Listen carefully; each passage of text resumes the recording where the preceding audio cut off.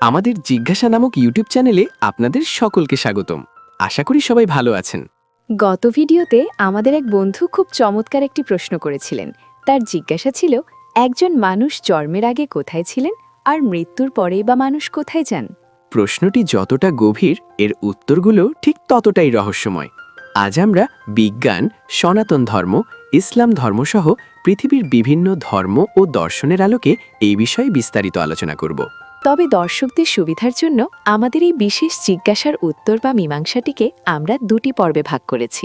প্রথম পর্বে আজ আমরা কথা বলবো একজন মানুষ জন্মের আগে বা পৃথিবীতে আসার আগে কোথায় ছিলেন সেই বিষয়ে। এবং এর পরবর্তী অর্থাৎ দ্বিতীয় পর্বে আমরা আলোচনা করব মৃত্যুর পর মানুষের গন্তব্য আসলে কোথায়। তাহলে চলুন আর দেরি না করে মূল আলোচনায় ফিরে যাওয়া যাক। একজন মানুষের যখন জন্ম হয়নি বা গর্ভে আসেনি, তখন সেই মানুষটি কোথায় ছিলেন? এই প্রশ্নটাই জানতে চেয়েছেন আমাদের এক বন্ধু। অর্থাৎ একজন মানুষের জন্মের পূর্ববর্তী অবস্থাটা কেমন ছিল, তিনি কোথায় ছিলেন বা কোথা থেকে এসেছেন। আসুন আমরা এই সম্পর্কে বিজ্ঞানভিত্তিক এবং বিভিন্ন ধর্ম ও দর্শনের আলোকে বিস্তারিত ব্যাখ্যা করি। আচ্ছা, একটা কথা বলো তো, আমার যখন জন্ম হয়নি বা মায়ের গর্ভেও আসেনি, তখন আমি আসলে কোথায় ছিলাম? আমি কি কোথাও অপেক্ষা করছিলাম? এটা খুব গভীর একটা প্রশ্ন, অনেকটা দর্শনের মতো শোনায়, কিন্তু বিজ্ঞানের উত্তরটা বেশ সোজাসাপটা এবং রোমাঞ্চকর। বিজ্ঞান মতে তুমি কোনো ব্যক্তি হিসেবে কোথাও অপেক্ষা করছিলে না। কোথাও ছিলাম না? তাহলে আমি এলাম কোত্থেকে? শূন্য থেকে? না, শূন্য থেকে নয়। জীববিজ্ঞানের ভাষায় বললে তুমি ছিলে খণ্ড বিখণ্ড অবস্থায়।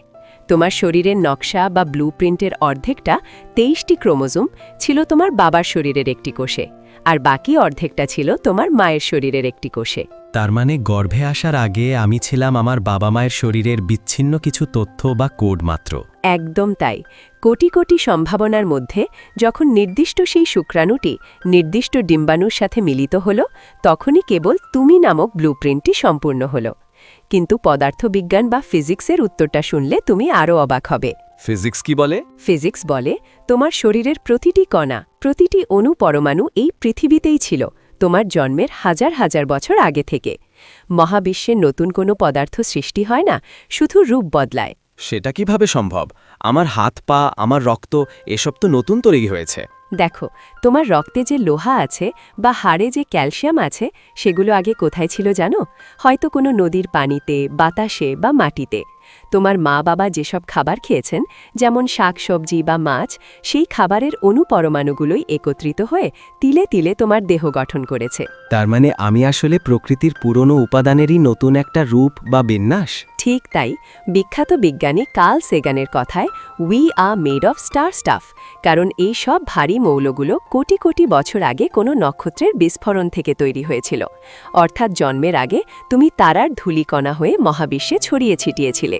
বুঝলাম শরীরটা অণুপরমাণু দিয়ে তৈরি, কিন্তু আমার মন, আমার এই যে আমি বোধটা, এটা কোথায় ছিল? বিজ্ঞান বলে চেতনা বা কনসিয়াসনেস হল মস্তিষ্কের স্নায়ুবিক কার্যক্রম।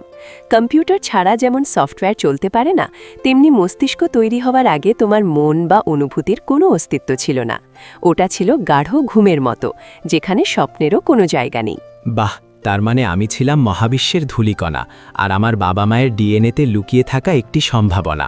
আজ সব মিলেমিশে আমি হয়েছি। একদম ঠিক ধরেছ। তুমি ছিলে সর্বত্র, শুধু তুমি হয়েছিলে না। বিজ্ঞানের ব্যাখ্যাটা তো বুঝলাম, সবই অণুপরমাণু আর ডিএনএর খেলা, কিন্তু সনাতন ধর্ম তো বিশ্বাস করে মানুষের মধ্যে একটা আত্মা আছে। ধর্মের দৃষ্টিতে গর্ভে আসার আগে আমি আসলে কোথায় ছিলাম? সনাতন ধর্ম অনুযায়ী এই উত্তরটা বিজ্ঞানের চেয়ে সম্পূর্ণ আলাদা এবং অনেক বেশি গভীর। শাস্ত্র মতে তুমি বা তোমার আত্মা কোথাও থেকে নতুন করে আসনি, তুমি শাশ্বত। অর্থাৎ তুমি আগেও ছিলে, এখনও আছো এবং ভবিষ্যতেও থাকবে। আগেও ছিলাম মানে আমার জন্মের আগেও আমার অস্তিত্ব ছিল? হ্যাঁ, শ্রীমদ্ ভাগবত গীতায় ভগবান শ্রীকৃষ্ণ বলেছেন, ন জায়েতে ম্রিয়াতে বা কাদাচিন। অর্থাৎ আত্মার কখনো জন্ম হয় না, মৃত্যুও হয় না। শরীরের জন্ম হয়, কিন্তু আত্মা অনাদি এবং অনন্ত। জন্মের আগেও তুমি ছিলে, তবে অন্য কোনো রূপে বা অন্য কোনো শরীরে। অন্য শরীরে? তার মানে কি পুনর্জন্মের কথা বলছো? ঠিক তাই সনাতন ধর্ম মতে জীবন একটি চক্রের মতো, যাকে বলা হয় সংসার। ঠিক যেমন আমরা পুরনো কাপড় ছেড়ে নতুন কাপড় পরলে আমাদের শরীরটা পাল্টায় না, তেমনি আত্মা পুরনো শরীর মৃত্যুর পর ত্যাগ করে নতুন শরীর ধারণ করে। গর্ভে আসার আগে তুমি হয়তো অন্য কোনো মানুষ বা অন্য কোনো প্রাণী রূপে ছিলে, অথবা কোনো ঊর্ধ্বলোকে যেমন পিতৃলোক বা স্বর্গলোকে অবস্থান করছিলে। আচ্ছা, তাহলে ঠিক কখন বা কিভাবে আমি আমার মায়ের গর্ভে এলাম? এটা নির্ভর করে তোমার কর্মফলের ওপর। আগের জন্মে তুমি যা যা কাজ করেছ তার উপর ভিত্তি করে প্রকৃতি ঠিক করে তোমার পরবর্তী জন্ম কোথায় হবে। গরুর পুরাণ ও উপনিষদ অনুযায়ী মৃত্যুর পর আত্মা তার সূক্ষ্ম শরীর, মন, বুদ্ধি ও সংস্থার নিয়ে বিচরণ করে। যখন উপযুক্ত সময়, উপযুক্ত বাবা মা এবং পরিবেশ তৈরি হয়, তখন আত্মা বৃষ্টির পানির মাধ্যমে শস্যে, শস্য থেকে খাদ্যের মাধ্যমে বাবার দেহে, আর সেখান থেকে শুক্রাণুর মাধ্যমে মায়ের গর্ভে প্রবেশ করে। তার মানে আমি কোনো আকস্মিক ঘটনা নই, আমি আমার অতীত কর্মের ফল। একদম। তুমি এই নির্দিষ্ট বাবা মায়ের কাছে এসেছ কারণ তোমার পূর্বজন্মে এমন কিছু ঋণ বা বন্ধন ছিল যা শোধ করার জন্য এই জন্মটি প্রয়োজন। গর্ভে আসার আগে তুমি ছিলে জীবাত্মা হিসেবে, অপেক্ষা করছিলে সঠিক মুহূর্তের জন্য, যাতে নতুন দেহ ধারণ করে তুমি তোমার কর্মের যাত্রা চালিয়ে যেতে পারো। এটা তো বিশাল এক ব্যাপার। তার মানে আমি আসলে অনেক পুরনো অভিযাত্রী, শুধু শরীরটা নতুন। চমৎকার বলেছ। তুমি হলে সেই চিরন্তন যাত্রী, আর এই জীবনটা হলো তোমার যাত্রাপথের একটি ছোট্ট স্টেশন মাত্র। তুমি আগেও ছিলে, শুধু নাম আর রূপটা আলাদা ছিল। বিজ্ঞানের ব্যাখ্যাটা ছিল শরীরের উপাদানের, আর ধর্মের ব্যাখ্যাটা চেতনার ভ্রমণের। দুটোই খুব ইন্টারেস্টিং। ঠিক তাই। বিজ্ঞান বলে তুমি নক্ষত্রের ধূলিকণা, আর ধর্ম বলে তুমি অবিনশ্বর আত্মা। দুটোই কিন্তু তোমাকে এক বিশাল অস্তিত্বের অংশ হিসেবেই দেখায়। আচ্ছা, বিজ্ঞান আর সনাতন ধর্মের কথা তো জানলাম, কিন্তু প্রাচীন চীনা দর্শনে কি বলা হয়েছে? তারা কি কোনো স্বর্গ বা আত্মার কথা বলে, নাকি অন্য কিছু? চীনা দর্শন বা তাও দর্শনের দৃষ্টিভঙ্গি একটু ভিন্ন এবং অনেক বেশি প্রাকৃতিক। তারা মনে করে তুমি গর্ভে আসার আগে মহাবিশ্বের মূল শক্তি বা চি এর অংশ ছিলে। চি, এটা আবার কি? চি হল মহাবিশ্বের জীবন শক্তি। চীনা দর্শন অনুযায়ী সৃষ্টির আদিতে আছে তাও বা পরম সত্য। এই তাও থেকে নির্গত হয় দুটি বিপরীত শক্তি, ইন এবং ইয়াং। জন্মের আগে তুমি ছিলে এই ইন এবং ইয়াং শক্তির এক ভারসাম্যপূর্ণ অবস্থা। তুমি আসলে এই মহাবিশ্বের বিশাল প্রাণশক্তির সাগরে বিলীন ছিলে। তার মানে কি আমি কোনো নির্দিষ্ট আত্মা হিসেবে ছিলাম না? তাও বাদে একে বলা হয় অস্তিত্বহীনতা বা উ। তুমি ছিলে এক অদৃশ্য সম্ভাবনা। চীনা দার্শনিকরা মনে করেন জন্মের আগে মানুষ মহাবিশ্বের প্রকৃতির সাথেই মিশে থাকে। যখন প্রকৃতিতে ইন এবং ইয়াং শক্তির মিলন ঘটে, তখন সেই অখণ্ড চি বা শক্তি ঘনীভূত হয়ে তোমার শরীর এবং প্রাণ গঠন করে। অর্থাৎ তুমি মহাবিশ্বের প্রাণ শক্তির একটি পিণ্ড বা ঘনরূপ হিসেবে জন্ম নাও। আচ্ছা, তাহলে কনফিউশীয়বাদ কি বলে? তারা তো পূর্বপুরুষদের খুব মান্য করে। একদম ঠিক ধরেছ। কনফিউশীয় দর্শনে জোর দেওয়া হয় বংশধারা বা লিয়ের ওপর। তাদের মতে তুমি তোমার পূর্বপুরুষদের রক্ত এবং আত্মার একটি অংশ। জন্মের আগে তুমি তোমার বাবার রক্তে এবং মায়ের অস্তিত্বে এক সুপ্ত বীজ হিসেবে ছিলে। তুমি কেবল একজন ব্যক্তি নও, বরং তোমার হাজার বছরের পূর্বপুরুষদের নিরবিচ্ছিন্ন অস্তিত্বের একটি নতুন প্রকাশ। তার মানে চীনা দর্শনে আমি একক কেউ নই, বরং আমার পূর্বপুরুষদেরই ধারাবাহিকতা। ঠিক তাই। চীনা বিশ্বাস অনুযায়ী মানুষের দুটি আত্মা থাকে, হুন এবং পো। হুন হল আধ্যাত্মিক অংশ যা আকাশ থেকে আসে, আর পো হল পার্থিব অংশ যা মাটি বা শরীর থেকে আসে। জন্মের আগে এই দুই শক্তির কোনো নির্দিষ্ট মিলন ছিল না। তারা প্রকৃতির বিশাল ভাণ্ডারে আলাদা আলাদাভাবে অবস্থান করছিল। তার মানে চীনা দর্শন অনুযায়ী আমি ছিলাম আধ্যাত্মিক শক্তি আর মাটির উপাদানের এক সুন্দর মিশ্রণ, যা সঠিক সময়ে একত্রিত হয়েছে। চমৎকার বলেছ। সংক্ষেপে বলতে গেলে জন্মের আগে তুমি ছিলে প্রকৃতির অংশ, মহাজাগতিক শক্তির প্রবাহ এবং তোমার পূর্বপুরুষদের আশীর্বাদ পুষ্ট এক সম্ভাবনা। তুমি নতুন কেউ নও, বরং প্রকৃতির এক চিরন্তন আবর্তনের অংশ। আমরা তো বড় বড় ধর্ম আর অন্য দর্শনের কথা শুনলাম, কিন্তু ইসলামে এই বিষয়টি কিভাবে বর্ণিত হয়েছে? আমি কি এই পৃথিবীতে আসার আগেও কোথাও ছিলাম? ইসলাম অনুযায়ী তোমার অস্তিত্ব বা তোমার রূহ অর্থাৎ আত্মা এই দেহ সৃষ্টির অনেক আগেই সৃষ্টি করা হয়েছিল। তোমার জন্মের আগের সেই জগৎকে বলা হয় আলমে আরওয়াহ বা রুহের জগৎ। রুহের জগৎ? তার মানে কি আমরা সবাই সেখানে একসাথে ছিলাম?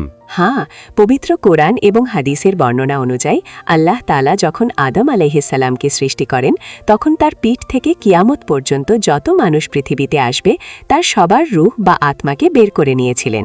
তাহলে আমরা কি তখন আল্লাহকে দেখেছিলাম বা তার সাথে কথা বলেছিলাম? ঠিক তাই। কোরআনের সূরা আল আরাফে অর্থাৎ ১৭২ নম্বর আয়াতে একটি ঘটনার কথা আছে যাকে বলা হয় মিসাকে আজাল বা আদি অঙ্গীকার। সেখানে আল্লাহ সকল রূহকে একত্রিত করে জিজ্ঞাসা করেছিলেন, আলাস্তু বিরাব্বিকুম, অর্থাৎ আমি কি তোমাদের পালনকর্তা নই? তখন আমরা সবাই একযোগে বলেছিলাম বালা, অর্থাৎ হ্যাঁ, অবশ্যই। তার মানে আমি তখন থেকেই ছিলাম, কিন্তু সেই জগৎ থেকে আমি মায়ের গর্ভে কিভাবে এলাম? তোমার সেই রূহ আলামে আরওয়াহতে এক বিশেষ অবস্থায় সংরক্ষিত ছিল। ইসলামী দর্শন অনুযায়ী যখন একজন মানুষের ভ্রূণ মায়ের গর্ভে ১২০ দিন পূর্ণ করে, তখন আল্লাহ একজন ফেরেশতা পাঠান। সেই ফেরেশতা আল্লাহর নির্দেশে ওই সংরক্ষিত রূহটি এনে ভ্রূণের দেহে ফুঁকে দেন। তার মানে কি ১২০ দিন পর্যন্ত শরীরে কোনো আত্মা থাকে না? ভ্রূণ তখন জীবিত থাকে কোষের জৈবিক কারণে, কিন্তু তাতে ব্যক্তিত্ব বা রূহ আসে ১২০ দিন পর। সেই মুহূর্তে ফেরেশতা ৪টি বিষয় লিখে দেন: তোমার রিজিক, তোমার আয়ু, তোমার কাজ এবং তুমি কি শেষ পর্যন্ত সুখী হবে নাকি দুঃখী। তার মানে আমি আসলে আল্লাহর কাছ থেকে আমানত হিসেবে এসেছি। একদম। ইসলামী দর্শন অনুযায়ী তুমি এক বিশাল সফর বা যাত্রার মধ্যে আছো। প্রথম ধাপ ছিল আলামে আরওয়াহ অর্থাৎ রুহের জগৎ, দ্বিতীয় ধাপ মায়ের গর্ভ, আর এখন আছো তৃতীয় ধাপ বা দুনিয়াতে। এখান থেকে মৃত্যু হলো চতুর্থ ধাপ, বারজাখ বা কবরের জগতের প্রবেশপথ। বুঝেছি। তার মানে জন্মের আগে আমি হারানো কেউ ছিলাম না, বরং আল্লাহর সান্নিধ্যে এক অঙ্গীকারে আবদ্ধ ছিলাম। ঠিক ধরেছ। ইসলাম বলে তুমি এক উদ্দেশ্য নিয়েই এই মহাবিশ্বে এসেছ এবং তোমার যাত্রা শেষ হবে আবার সেই স্রষ্টার কাছে ফিরে যাওয়ার মাধ্যমে। আচ্ছা, আচ্ছা, আমরা তো বড় বড় ধর্ম আর বিজ্ঞানের কথা জানলাম, কিন্তু বৌদ্ধ ধর্ম বা অন্য কোনো প্রাচীন দর্শন কি মানুষের এই জন্মের আগের অবস্থা নিয়ে ভিন্ন কিছু বলে? অবশ্যই। বিশেষ করে বৌদ্ধ ধর্মের ব্যাখ্যাটি বেশ চমকপ্রদ, কারণ তারা সনাতন ধর্মের মতো স্থায়ী আত্মায় বিশ্বাস করে না, কিন্তু পুনর্জন্মে বিশ্বাস করে। আত্মা ছাড়া পুনর্জন্ম, সেটা কিভাবে সম্ভব? আমি না থাকলে জন্মাবে কে? বৌদ্ধ দর্শন বলে আমাদের কোনো স্থায়ী আমি নেই। জন্মের আগে তুমি ছিলে একটি চেতনা প্রবাহ, স্ট্রিম অফ কনশাসনেস। যেমন এক মোমবাতি থেকে অন্য মোমবাতি জ্বালালে আগুনটা এক থাকে না, কিন্তু শক্তিটা সঞ্চারিত হয়। ঠিক তেমনি তোমার পূর্বজন্মের ইচ্ছা, কর্ম এবং তৃষ্ণা তানহা মহাকাশে শক্তির মতো ভাসছিল, যা উপযুক্ত গর্ভ পেয়ে নতুন জীবন হিসেবে আত্মপ্রকাশ করেছে। তার মানে আমি ছিলাম একটা প্রবাহিত শক্তির মতো। আচ্ছা, প্রাচীন গ্রিক দার্শনিকরা কি বলতেন, যেমন প্লেটো বা সক্রেটিস? প্লেটোর দর্শন শুনলে তোমার মনে হবে তুমি কোনো সায়েন্স ফিকশন মুভি দেখছ। প্লেটো বিশ্বাস করতেন আইডিয়া বা আদর্শ জগতের তত্ত্বে। তার মতে জন্মের আগে আমরা সবাই এক পরম জ্ঞানময় জগতে ছিলাম, সেখানে আমরা সব সত্য জানতাম। তাহলে এখন সব ভুলে গেলাম কেন? প্লেটো বলতেন আত্মা যখন শরীরে প্রবেশ করে তখন সে সব ভুলে যায়। এই ভুলে যাওয়াকে তিনি বলতেন লেথে বা বিস্মৃতির নদী। তাই শিক্ষা মানে নতুন কিছু শেখা নয়, বরং যা তুমি জন্মের আগে জানতে তাই স্মরণ করা, অর্থাৎ জন্মের আগে তুমি ছিলে এক পরম জ্ঞানী সত্তা। বাহ, আর কোনো দর্শন আছে এমন? জৈন ধর্মের কথা বলা যায়। তারা মনে করে জন্মের আগে তুমি ছিলে এক অবিনশ্বর জীব, জীবা। মহাবিশ্বে অগণিত জীব বা আত্মা ঘুরে বেড়াচ্ছে। জন্মের আগে তোমার অবস্থা ছিল তোমার পুণ্য আর পাপের কর্মফলের ওপর নির্ভরশীল। তুমি হয়তো কোনো উচ্চতর স্বর্গীয় স্তরে ছিলে, অথবা কোনো সূক্ষ্ম কণা হিসেবে বাতাসে বা পানিতে অবস্থান করছিলে। তার মানে এক এক দর্শন এক এক রকম জানাচ্ছে। কেউ বলছে আমি ছিলাম শক্তির প্রবাহ, কেউ বলছে আমি ছিলাম জ্ঞানী সত্তা, আবার কেউ বলছে আমি ছিলাম সূক্ষ্ম কণা। ঠিক তাই। তবে সব দর্শনের একটি মিল আছে। কেউই মনে করে না যে তুমি হুট করে শূন্য থেকে এসেছো। সবাই মনে করে এই দৃশ্যমান জগতের আড়ালে তোমার কোনো না কোনো অস্তিত্ব ছিল। তুমি ছিলে এক বিশাল মহাজাগতিক নাটকের একটি অংশ, যা পর্দা ওঠার অপেক্ষায় পর্দার আড়ালে তৈরি হচ্ছিল। সত্যিই চমৎকার। শরীরের উপাদান এসেছে পৃথিবী থেকে, আর অস্তিত্বের গল্পটা এসেছে মহাবিশ্বের হাজার বছরের ইতিহাস থেকে। একদম। প্রতিটি দর্শন আমাদের মনে করিয়ে দেয় যে আমরা এই জগতের নবাগত কেউ নই, বরং আমরা অনেক পুরনো এবং গভীর কিছুর অংশ। আজকের পর্বে আমরা জানলাম যে একজন মানুষ জন্মের পূর্ববর্তী অবস্থা।